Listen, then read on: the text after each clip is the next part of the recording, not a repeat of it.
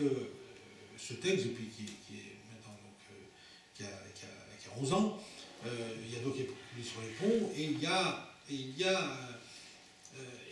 a des phénomènes qui sont, vous le savez tous, qui sont terrifiants, qui sont arrivés, qui montrent que au sein même de nos sociétés, il y a des individus qui sont capables qui ont été élevés ici, qui sont nés, qui ont été élevés, qui sont capables d'actes terrifiants, c'est-à-dire qui sont capables de rejeter toutes les valeurs dans lesquelles ils ont été normalement élevés, pas seulement la tolérance, mais les autres, même le simple respect d'autrui. Et la question est maintenant, il faut-il pas remettre en cause cela? Ne faut-il pas remettre en cause... Alors oui, le concept que j'avais mis au point, c'était celui de reconnaissance sans réconciliation. Un concept non hegelien de la reconnaissance. Et reconnaissance, parce que la réconciliation suppose que je rapporte l'autre à moi. La réconciliation, c'est ça. C'est la réconciliation, c'est-à-dire, on part d'une situation d'opposition, on arrive à une situation où, au-dessus, dans laquelle, finalement, on se fond. Et c'est comme dans la dialectique du maître et de l'esclave chez Hegel, le maître disparaît, l'esclave disparaît, on a atteint une dimension supérieure dans laquelle il va y avoir une contradiction, quand l'on va elle-même surmonter. Mais la réconciliation suppose que la différence disparaisse.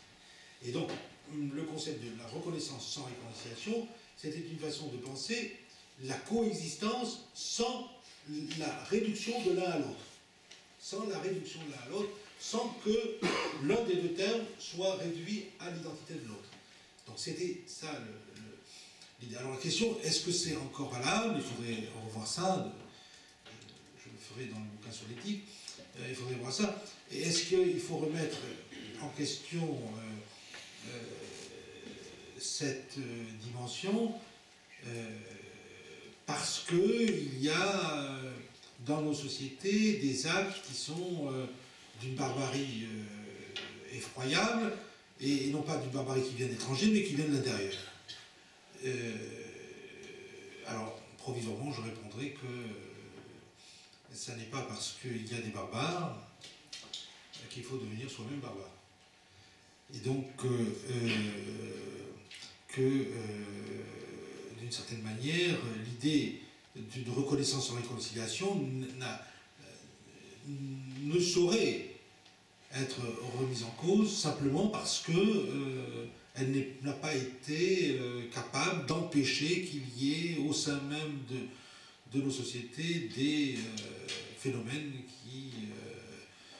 qui sont effroyables. Et donc, je m'étais posé la question sur la tolérance plutôt que sur la laïcité, encore que j'en ai parlé également, que sur la laïcité, parce que la tolérance a été toujours une question culturelle, une question religieuse. Le sens de la tolérance au départ, dans ces siècle, c'est la tolérance des religions. C'est la compatibilité de religions diverses. Et donc c'était cette dimension-là qui m'intéressait. Mais là encore, c'est ce qui est sous-jacent, c'est toute la pensée de l'altérité. L'altérité telle que penser une altérité qui ne soit pas simplement, pour reprendre l'évidence bien entendu, réductible à une identité, mais une altérité qui s'affirme sur différents points, une altérité qui s'affirme aussi sur non seulement différentes coutumes, mais différentes valeurs. Comment penser cette altérité, comment vivre avec cette altérité, comment coexister avec cette altérité. Donc, c'était ça. Et donc, le parcours général, c'était ça. Penser une subjectivité non dominatrice, mais irréductible. Penser la question de la subjectivité par rapport au mal, et même au mal radical. Penser la relation des subjectivités. La relation des subjectivités, pas simplement individuelle, mais également collective, se définissant par rapport à des cultures. Donc voilà le parcours repris d'une certaine manière, sans que je dise le concept sur lequel tout ce parcours doit être repris et repensé. Mais comme c'est le thème général du séminaire, je vais le dire même, c'est sur le concept de l'inappropriable. alors je ne l'ai pas développé, je le ferai peut-être la prochaine fois, sur cette question de l'inappropriable, montrer que ce concept de l'inappropriable, qui est sous-jacent, primitif, même pré-primitif, pour reprendre une formule à Lévinas, pré-originaire, cette inappropriabilité, pas seulement de la terre, de soi et d'autrui, est la dimension fondamentale à partir de quoi on peut construire le concept d'une subjectivité qui n'est pas impériale. Voilà, je suis désolé si je n'ai pas répondu à tout, mais voilà, vous vouliez me jeter quelque chose et vous auriez bien raison. J'ai bien oublié. Merci. Ah, ça marche.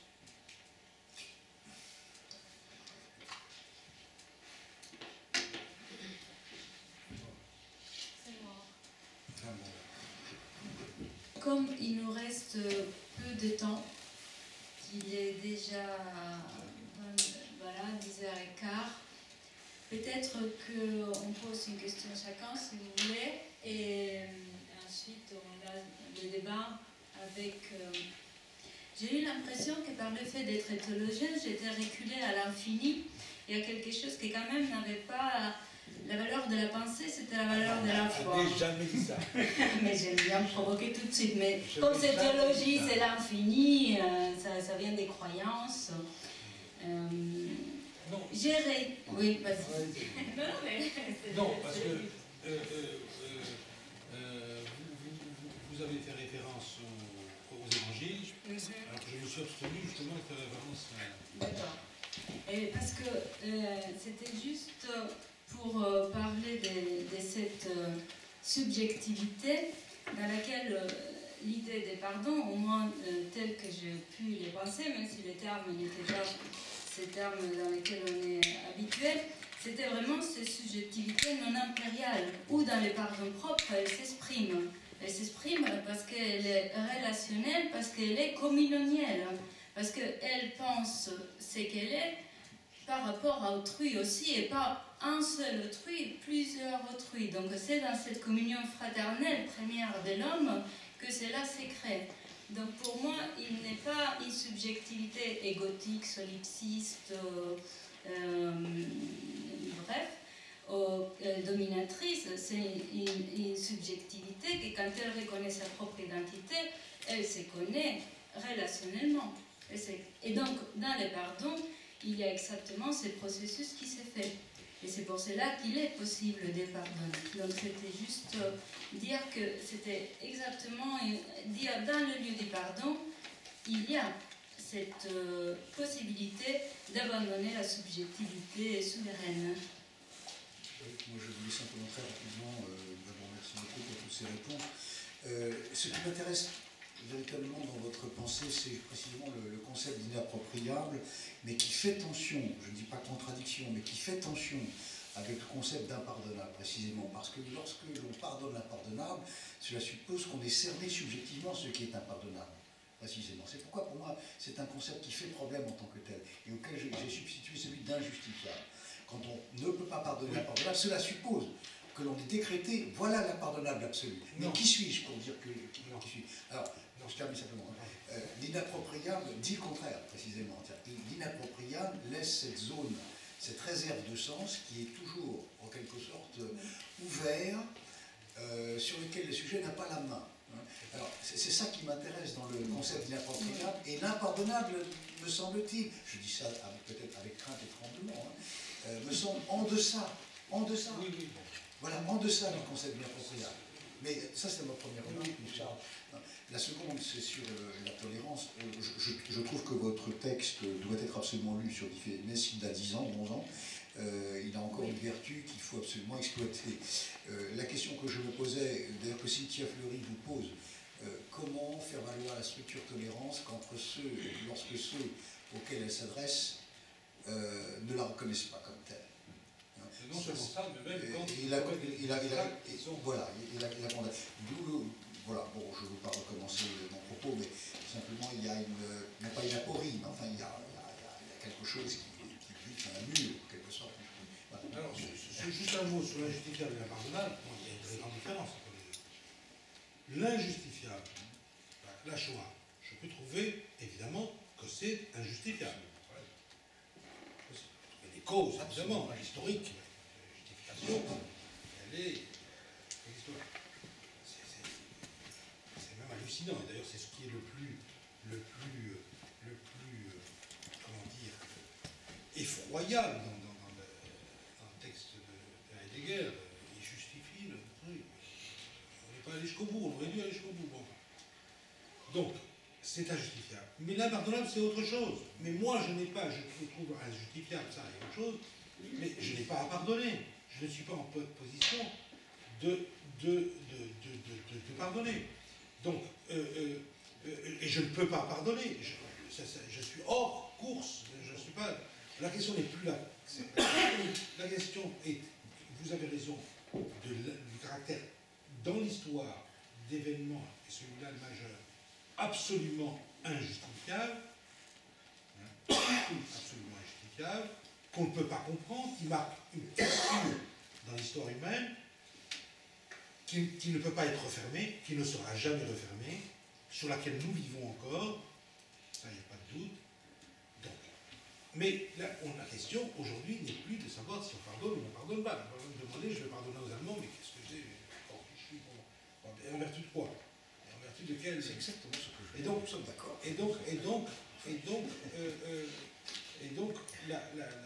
Pour nous, la question, c'est précisément de comprendre comment il y a eu dans l'histoire du XXe siècle, malheureusement ça s'est produit, quelque chose dans l'histoire qui est une véritable béance qui ébranle toute l'existence humaine et continue de nous ébranler aujourd'hui.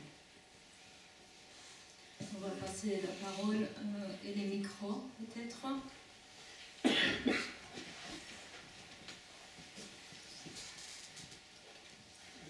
Sur la question du pardon, j'avoue que j'ai été. Ce que vous avez dit a fait sortir de la réaction que j'avais eue en voyant la couverture de Charlie Hebdo, premier et après. Tout est pardonné. Tout est pardonné. Parce que je trouve que c'est presque une expérience de laboratoire qui met en œuvre la destruction du pardon que provoque l'impardonnable. Alors, comme je dis ça, je ne me place pas sur un plan philosophique, je me place sur un plan de la réaction que ça a provoqué chez beaucoup, c'est-à-dire la promptitude avec laquelle il y a un acte de pardon qui s'appuie sur quelque chose qui apparaît de l'ordre de l'impardonnable, enfin disons qui est en tout cas a pour effet beaucoup plus de détruire ce tout est pardonné qui apparaît comme une espèce de... Et de fait, on voit bien, et ça m'a frappé parce que c'est pas si loin que ça, cette même couverture de la problème du sujet. Parce qu'il y a marqué « Je suis Charlie », qui est quand même une façon d'exprimer la subjectivité qui est assez particulière. Ce « Je suis Charlie » qui est un... Alors on peut le voir positivement comme étant un sentiment d'appartenance à une communauté large de ceux qui respectent les droits. On peut le voir quand même aussi comme une certaine oblitération de la subjectivité. Je ne sais pas ce que ça vous suggère. La première page de Charlie Hebdo, tout est pardonné. En dessous, il y a le prophète. Oui. Et puis, qu'est-ce qui tient le prophète en main? Je suis Charlie. Je suis Charlie. Le prophète dit lui-même je suis Charlie, c'est une dissolution. Non, mais...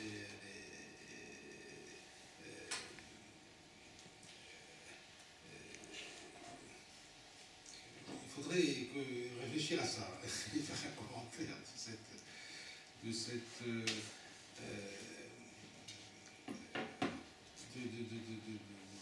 je ne sais pas comment ils l'ont conçu, et puis sans doute la signification qui les dépasse, mais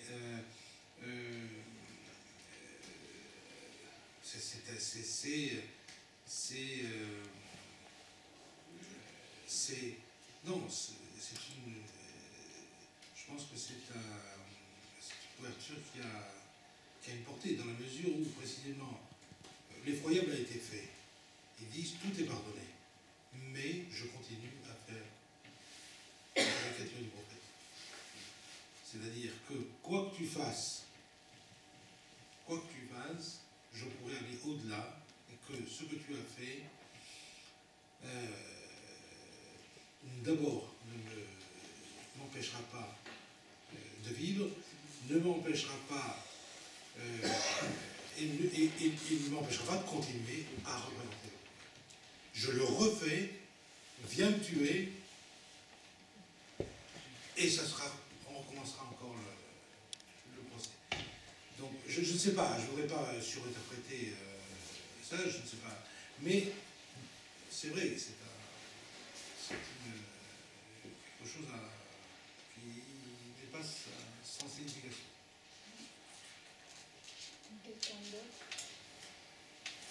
Oui. Aujourd'hui, où est le pardon? Qui pardonne?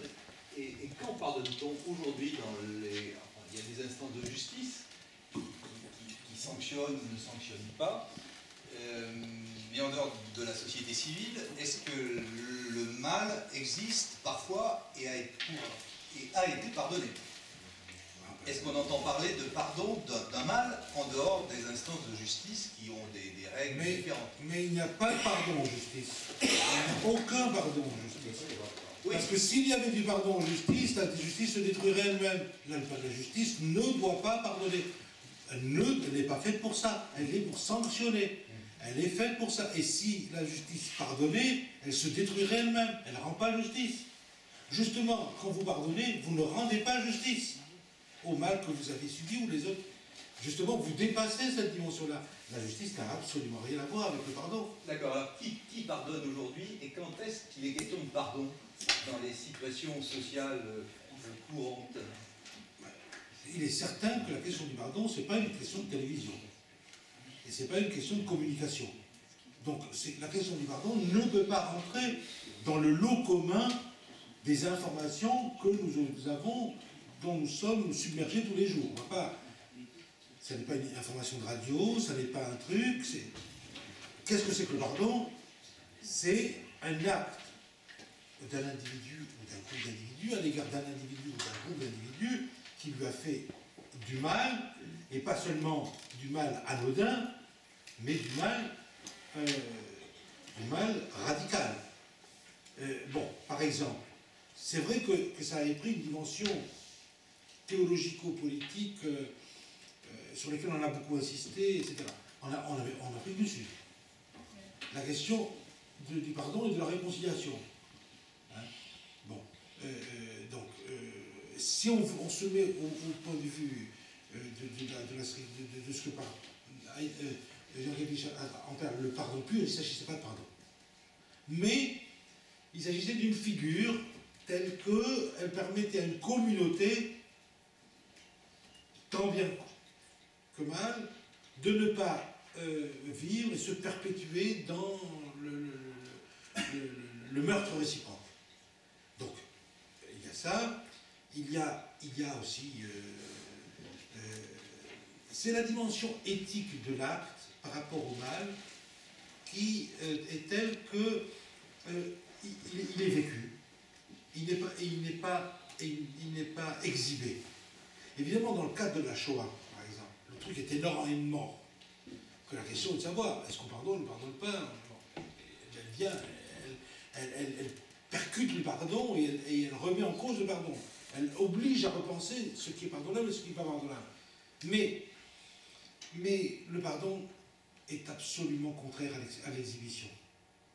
Si le pardon s'exhibe, c'est plus du pardon. Et donc, est-ce que vous me posez la question, dans la société, où est-ce qu'on voit le pardon, dans quelles circonstances il y a du pardon? Mais on ne voit pas où est le pardon. Il y a du pardon, mais on ne le voit pas. Le pardon ne s'exhibe pas.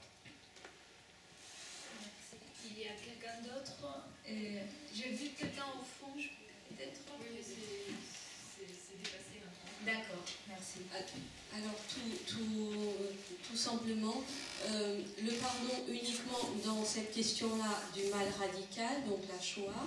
Pas seulement. Pas seulement. Alors, évidemment que non, parce qu'il n'y a pas de pardon pour la Shoah. Que diriez-vous dans le cas de la colonisation? Comment vous traiterez la question? Alors voilà, très bonne question. excellente question, parce que justement, cette question est venue. Alors, on dit, mais comment la question du pardon pour la Shoah et la colonisation? Mais c'est une question complètement, comment dire, qui n'a pas de consistance. Pourquoi?